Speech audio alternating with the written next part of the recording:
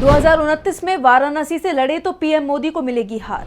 कांग्रेस का दावा, वोट चोरी रोकेंगे, पीएम अपने आप हार जाएंगे। 2029 में वाराणसी छोड़ सुरक्षित सीट से लड़ेंगे पीएम मोदी।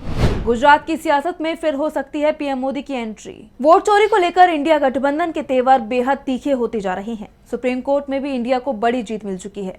वैसे कांग्रेस का कहना है कि ये जीत अभी भी पूरी जीत नहीं है, क्योंकि कोर्ट का अभी पूरा फैसला नहीं आया है।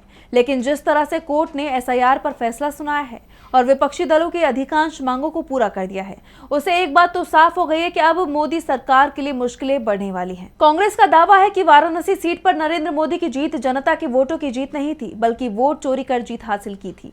और अब 2024 में नरेंद्र मोदी को टक्कर देने वाले कांग्रेस के पूर्व प्रदेश अध्यक्ष अजय राय ने बड़ा दावा किया है। राय ने कहा कि वाराणसी में नरेंद्र मोदी की जीत फर्जी जीत थी, धांधली कर चुनाव परिणाम को बदला गया था। वोट चोरी नहीं होती तो नरेंद्र मोदी को वाराणसी सीट पर हार मिलना तय थी।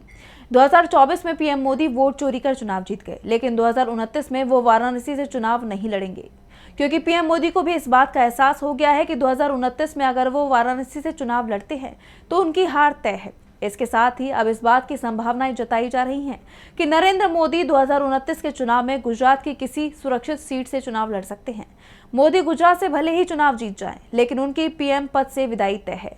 वैसे तो मोदी के लिए इस साल को काटना भी मुश्किल दिखाई दे रहा है, क्योंकि 17 सितंबर को वो 75 साल के हो जाएंगे और जो नियम पार्टी के अंदर खुद पीएम मोदी ने बनाए हैं, अगर उन पर लागू हो जाते हैं तो उन्हें खुद ही चुनावी सियासत से रिटायरमेंट लेना होगा। लेकिन इस बात की संभावना कम ही दिखाई दे रही है। हाँ, कांग्रेस की तरफ से यह जरूर कह दिया गया है कि नरेंद्र मोदी वाराणसी से चुनाव नहीं लड़ेंगे। तो आज कांग्रेस नेताओं के इसी दावे को लेकर हम अपनी स्पेशल रिपोर्ट में करेंगे बात। नमस्कार, मैं आंचल। नरेंद्र मोदी 2029 का चुनाव वाराणसी से नहीं लड़ेंगे और इसका कारण है कि अगर वो चुनाव लड़ेंगे तो उनकी हार तय है। 2024 के चुनावों को लेकर कांग्रेस की तरफ से लगातार खुलासा किया जा रहा है। दावा किया जा रहा है कि पीएम मोदी 1,52,000 वोट से जीतने में कामयाब रहे। शुरुआती दौरे में जब डाक मतपत्रों की गिनती चल रही थी तब पीएम पीछे चल रहे थे, फिर मशीन से काउंटिंग हुई जिसमें खेल पलट गया। 2024 के पीएम मोदी के खिलाफ इंडिया गठबंधन ने उम्मीदवार का फैसला भी देरी से किया था, जिसका नुकसान अजय राय को भी उठाना पड़ा। लेकिन 2029 में इस तरह की कोई गलती कांग्रेस की तरफ से नहीं की जाएगी। दूसरा, कांग्रेस का दावा है कि पीएम मोदी की जीत में वोट चोरी का सबसे बड़ा योगदान था। वाराणसी सीट पर 1.5 लाख से ज्यादा फर्जी मतदाता थे जिन्होंने पीएम मोदी को चुनाव जिताया है। अगर कांग्रेस के दावे को सच माना जाए तो वाराणसी सीट पर फर्जी मतदान नहीं होता, वोटों की धांधली नहीं होती, तो पीएम मोदी की हार तय थी। इस बीच कांग्रेस नेता अजय राय का एक बयान सामने आया है। अजय राय ने यूपी की जनता से कहा है कि वो इंडिया गठबंधन को 2027 का विधानसभा चुनाव जिताएं।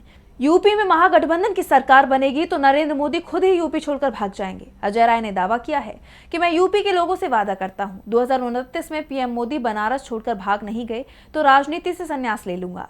2022 में वाराणसी के विधायक जीते नहीं, बल्कि ताकत के बल पर उन्हें जिताया गया। नहीं तो हम 2022 में यहां से जीत गए होते और 2024 लोकसभा वाराणसी का परिणाम भी कुछ और होता। अजय राय ने कहा कि नरेंद्र मोदी 2029 का चुनाव यूपी से लड़ जाते हैं तो वो खुद सियासत से संन्यास ले लेंगे। पीएम मोदी 2029 में वाराणसी सीट से चुनाव लड़ेंगे तो उनकी हार तय है। इंडिया गठबंधन का उम्मीदवार उन्हें आसानी से चुनाव हरा देगा। दरअसल कांग्रेस ने वोट चोरी को लेकर जो दावा किया है उसके पीछे उसके पास बेहद ठोस कारण भी है। यूपी में बीजेपी के उम्मीदवार अधिकांश सीटों पर चुनाव हार गए। खासतौर पर पूर्वी यूपी की अधिकांश सीटों पर इंडिया गठबंधन को जीत मिली थी। राजनाथ सिंह और पीएम मोदी भी मुश्किल से चुनाव जीत पाए थे, तो स्मृति ईरानी, अजय मिश्रा टेनी और मेनका गांधी जैसे कई दिग्गज उम्मीदवार हार गए थे। वाराणसी सीट पर काउंटिंग के दौरान शुरुआती 3 राउंडों में नरेंद्र मोदी हारते हुए दिखाई दे रहे थे। कांग्रेस के अजय राय लगातार लीड पर बने हुए थे, फिर अचानक ही वो पिछड़ने लगे। कांग्रेस का दावा है कि ये सब वोट चोरी और ईवीएम के खेल के चलते हुआ था। आपको बता दें कि 2024 वाराणसी सीट पर चुनाव नतीजा क्या था।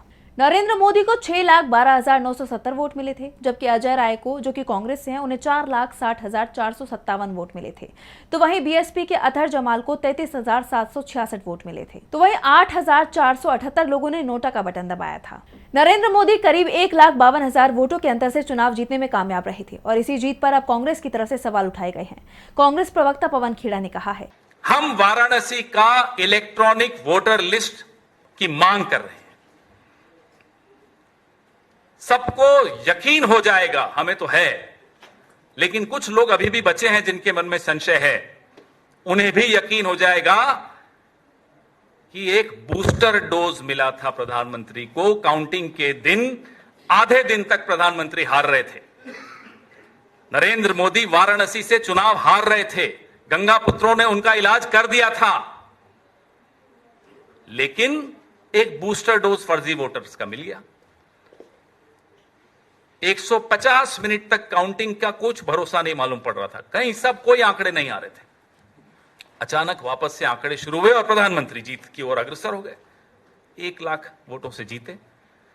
अगर ये आंकड़े हमारे पास आ जाते हैं, इलेक्ट्रॉनिक वोटर लिस्ट हमारे पास आ जाती है वाराणसी की, ये साबित हो जाएगा कि प्रधानमंत्री भी गद्दी को चुरा कर बैठे हैं।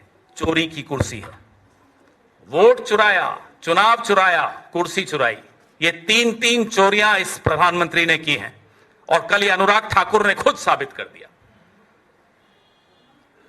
अब तक तो हम पर सवाल उठाए जाते थे, अरे साहब आपको तो संस्थाओं पर भरोसा नहीं है, राहुल गांधी तो संस्थाओं पर भरोसा नहीं करते। तो अनुराग ठाकुर क्या संस्थाओं पर भरोसा कर रहे थे कल? बीजेपी बोले तो बोले देखो साहब कितना अच्छा खुलासा कर दिया, वायनाड का खुलासा हो गया, रायबरेली का खुलासा हो गया, कन्नौज का खुलासा हो गया, डायमंड हार्बर का खुलासा हो गया। ये संस्थाओं पर सवाल नहीं। यानी साफ है कांग्रेस के निशाने पर पीएम मोदी की जीत है। कांग्रेस को भी इस बात का एहसास है कि 2024 में मोदी को जो जीत मिली थी उस परिणाम को बदला तो नहीं जा सकता, लेकिन पीएम मोदी की जीत पर सवाल उठाकर उसने बीजेपी को जरूर दबाव में ला दिया है।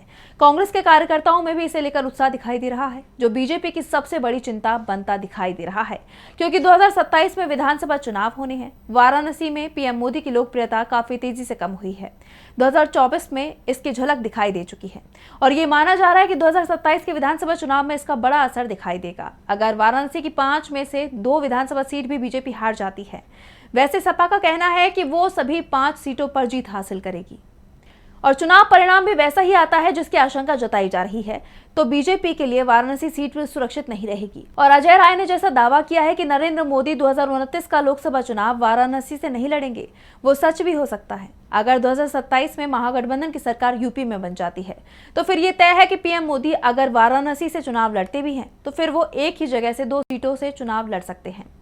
वाराणसी के अलावा वो गुजरात की किसी एक सीट से चुनाव लड़ सकते हैं। वैसे एक सवाल तो बीजेपी के अंदर से ही उठ रहा है कि क्या पीएम मोदी 17 सितंबर के बाद भी प्रधानमंत्री रहेंगे, क्योंकि आरएसएस की तरफ से पीएम मोदी पर दबाव बनाया जा रहा है कि 17 सितंबर के बाद पीएम पद छोड़ दें, क्योंकि 17 सितंबर को पीएम मोदी 75 साल के हो रहे हैं और बीजेपी में कई दिग्गज नेताओं को इसलिए सियासत से किनारे लगा दिया गया क्योंकि उनकी उम्र 75 साल पूरी हो गई थी। अब पीएम मोदी के कार्यकाल में जो नियम बीजेपी के नेताओं के लिए बना है, अगर वो पीएम मोदी के लिए भी लागू होता है, तो वैसे भी पीएम मोदी 2029 का चुनाव वाराणसी से नहीं लड़ पाएंगे, क्योंकि बीजेपी खुद ही उन्हें टिकट नहीं देगी। तो फिलहाल के लिए हमारी स्पेशल रिपोर्ट में बस इतना ही। अगर वीडियो पसंद आया तो लाइक करें, साथ ही हमारे चैनल को सब्सक्राइब करें। नमस्कार।